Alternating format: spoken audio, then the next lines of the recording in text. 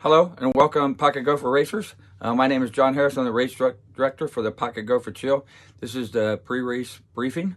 Just a couple things real quick. I know most of you guys know me. If not, my name is John Harris. I started the Howling Adventures last year, and we had our first race, the Pocket Gopher Challenge last year.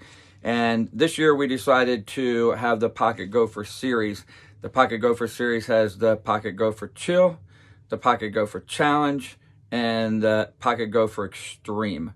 So this is the first race in that series. We're also part of USARA, and we are also part of the Wisconsin Adventure Racing Series as well. Just very quickly, a little bit about myself. I spent 10 years in the military as a United States Army Ranger. I have been designing either land nav courses or adventure racing courses for about 20 years now. I got out of it for a little while and just getting back into it. I did myself. I've been in 100 plus adventure racers or adventure races, and I just really have a love for this sport. So, all right, we're gonna get right to it because I don't want to waste your time. I'm gonna try to keep this brief. For the Pocket Gopher Chill itself, very quickly, the rules. There's a whole list of rules, USAR rules, in the race packet that I'm going to hand out, but just a couple of things I want to go real quickly is please stay with your team. I'm not going to enforce that you're always 20 meters from your teammate, but do try to stay with your teammate. If you're a soloist, you don't have to abide by that rule, but what I will say about soloist is if you're a team member and you notice a soloist out there, I raced solo for many, many years. Please don't hesitate to help out a soloist if they need some help. If you're new to adventure racing, any team, especially in my races, any team is allowed to help out any other team from the standpoint of, if they're in trouble, if they need help with a flat tire, anything like that, you're more than welcome to help. As far as outside help, again, you're not supposed to take any outside help on the race. I doubt if you're even going to see anyone on this course, but there is no help from the outside, but help among teammates, absolutely. So other than that, a lot of you are staying down at Outback Ranch on Friday night, and I really appreciate that. So does Holly, the owner. I do ask that you don't go out into the woods on Friday night. The course is already set up. Obviously, I'm not going to go around checking with you guys, but please, just on the honor system, let's not do that. The other thing is I will be down there Friday night. Anybody interested in going out, hanging out, and having some pizza in the great big town of Houston, population about 25 people, you're more than welcome to come. For those of you who don't know, and this will also be the race start and race check-in, I have a green minibus. You can't miss it. It's a refurnished minibus. It'll be down there. And, come find me and we'll go get some chow. All right, moving on to Saturday morning. Race check-in starts at 6:30. You don't necessarily have to be there right at 6:30. The actual race time that we cross the start line is 9 a.m. I would like to have race packets handed out, at the latest by 7:30 or so. But, if you're not there right at 6:30, it's not a big deal. But basically from 6:30 until 9 o'clock until 9 a.m. is your time to do your planning. So there's 3 sections in this course. There's 3 sections and 2 what I'm calling adventure challenges, and we're going to get to those in just a minute. But the way this course is going to go this time is you can pick, every team can pick whether they want to go out on the trekking section first or they want to go out on the biking section first. It doesn't matter to me. You could pick either section. There's no advantage to one or the other. It just depends on what you like, what you want to do. But you'll find out in all of my races, I have decisions, options. This is your first option. What do you want to do first? Everyone will finish on snowshoes if we have enough snow to be on snowshoes. If not, it'll just be another trekking leg.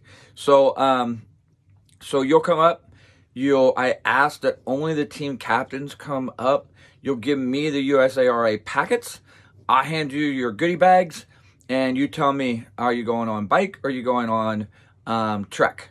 And then I'll give you the appropriate map and the appropriate checkpoints, and then you start your planning.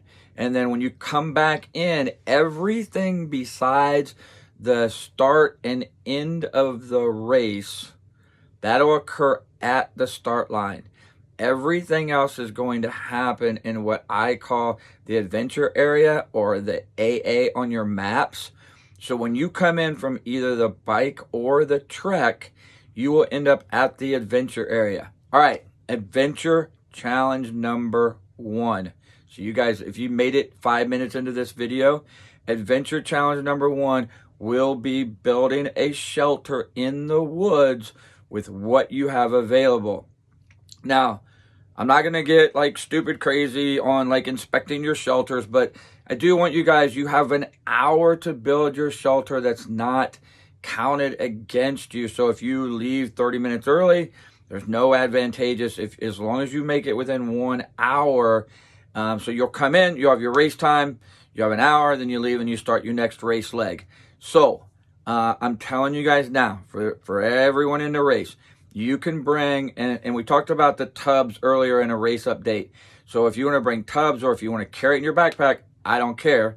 If you want to bring an additional tarp, if you want to bring an additional twine or rope or anything like that that will help you to build your shelter, you're more than happy to do that. You can't bring a pup tent, but you can bring a poncho, you could bring a tarp, you could bring anything that you think. So a winter shelter, the definition of a winter shelter, and how do you get 5 points for your winter shelter?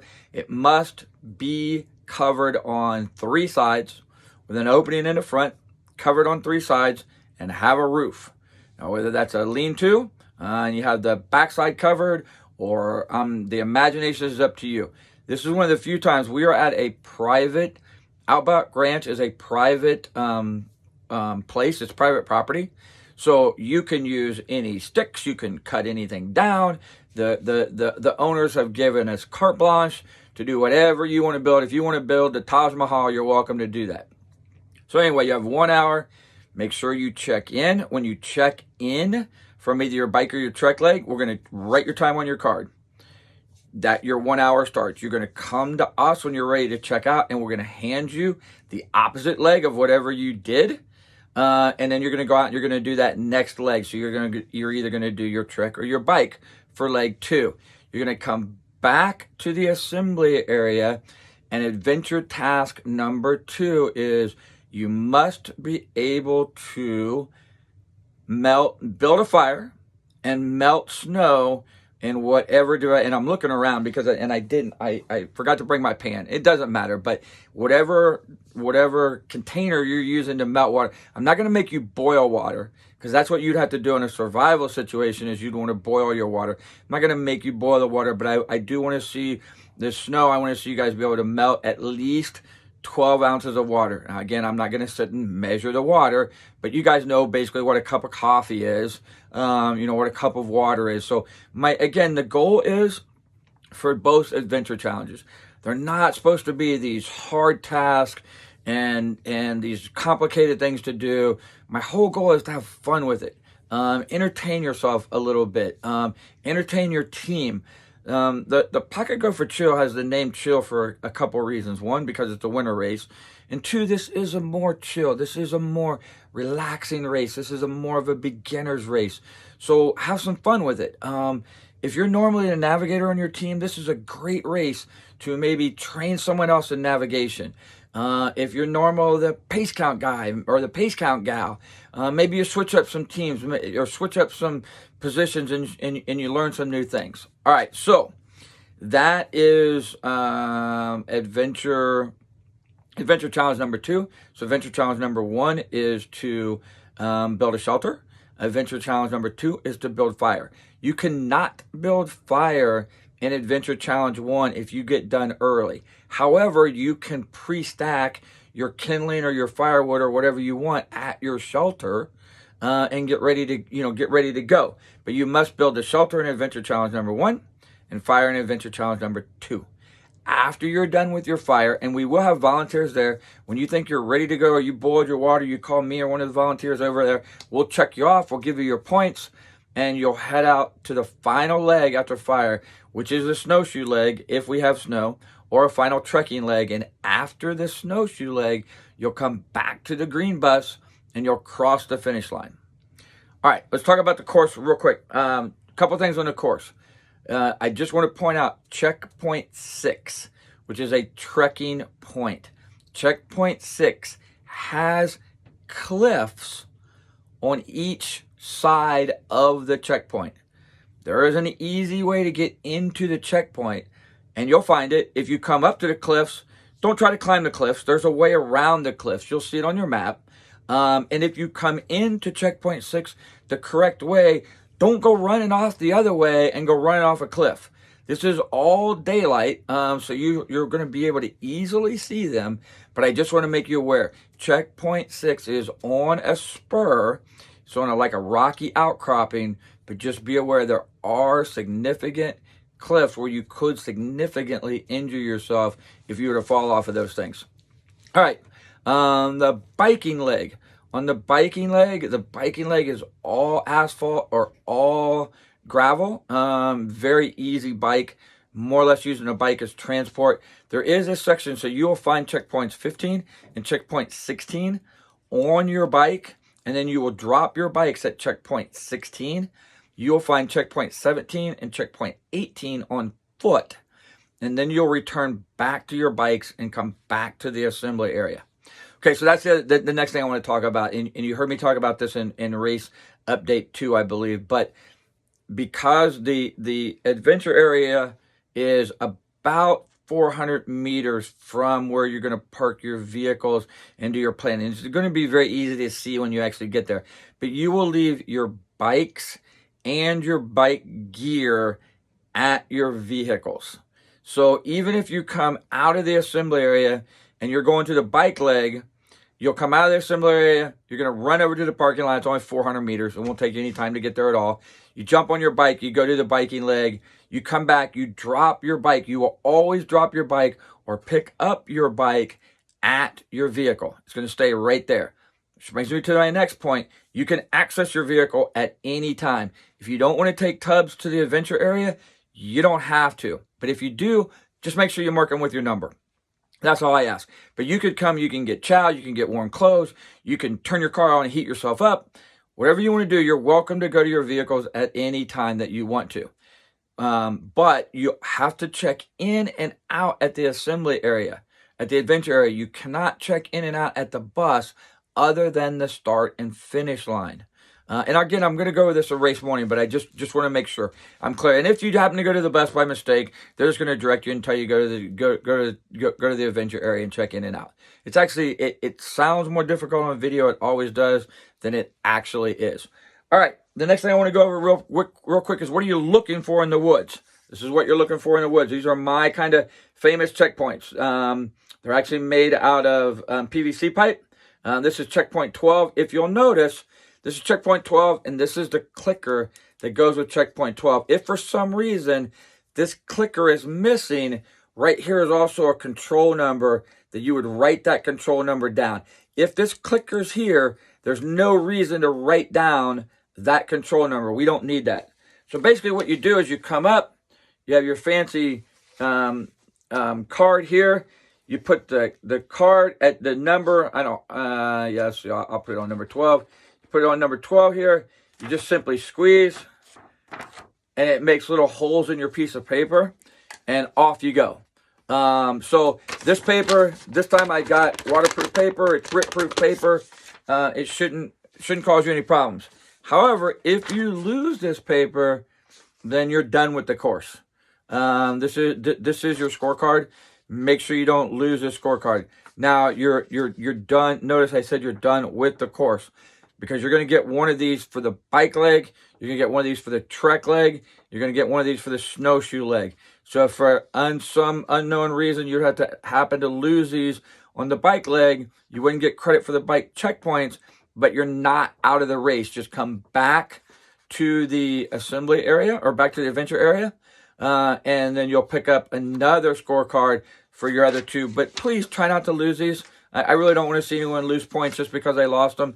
Usually for brand new adventure racers, usually there's some poor soul on your team that's dedicated with keeping these things. It's the thing that caused me the most anxiety when I was a solo racer.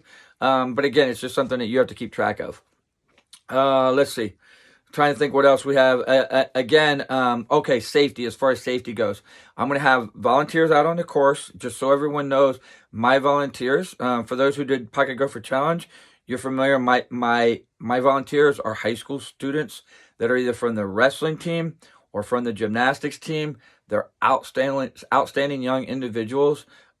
Please be nice to them. They will be nice to you. I will have a roaming person. I actually have two people that's going to be roaming, as well as taking pictures. If you get into trouble and you happen to see them, they will be able to help you. My number is on the top of the race directions. If you run into problems, call me. However, cell phone is very scant. It's very sketchy on this course in the low ground. So you have to take a look at your map. If you get into trouble and you need help, it may be quicker to run to the high ground. And I've checked all the high ground around here, all the high ground on the course. If you get the high ground on the course, you will have cell phone coverage. If you get to low ground, you may not have cell phone coverage. So it might be advantageous for you to get up to high ground. If it's, something like a twisted ankle and you don't feel like you can continue, obviously, get the high ground, call me. We'll get a vehicle out. We'll get something out. We'll get you picked up. If it's in an emergency, call 911. Either call me and then call 911, or call 911 and call me. Obviously, if it's a life-threatening emergency, I want you to call 911 first, and then give me a call. And that leads me to really the last thing that I wanted to cover for this race briefing, and that is, if for some reason, and I really hope that no one does this, but if for some reason you quit or you feel like you cannot finish the course, please make sure you check in with the people at the minibus or the people at the adventure area so that we know you left the course.